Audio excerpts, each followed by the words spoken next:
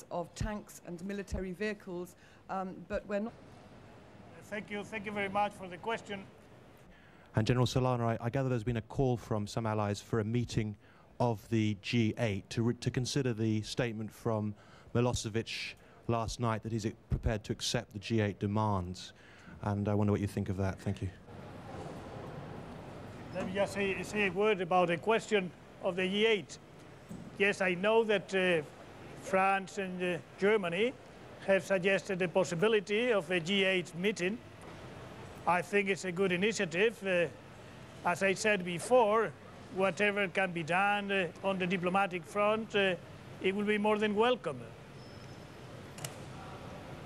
Cohen made a flying visit to Bonn a couple of days ago to the WEU Defence Ministers meeting. Secretary General, first, we're getting a lot of noises out of Moscow, positive feedback from Mr. Chernomyrdin's latest round of talks in Belgrade. Can you tell us what you have heard, if anything, about the progress of those talks and about reports that the Belgrade authorities are ready to accept NATO's demands?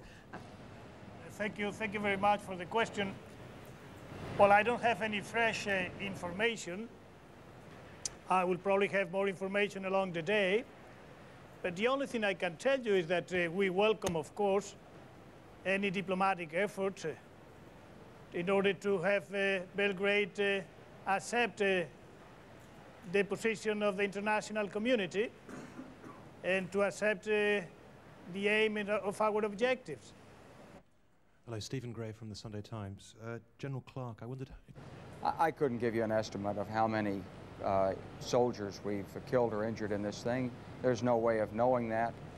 We do have reports that a lot of the hospitals in the region are packed with injured soldiers. It's one of the reasons that they've had so many problems with the civil populace in southern Serbia, because that's where they drew their reserves from to fill out these units in Kosovo. And so naturally the families are concerned about them. They're in an unjust war. They're being pounded from the air and by the Uchaka on the ground. So I think it's very understandable why there's concern among the civil populace in southern Serbia that we've seen in recent days. But we don't want to get into the body count business. We're not on the ground. There's no way of doing it. And even if there were, it's not the right measure. Dire exactement quelle est votre opinion sur les déclarations faites à Belgrade hier soir? Est-ce que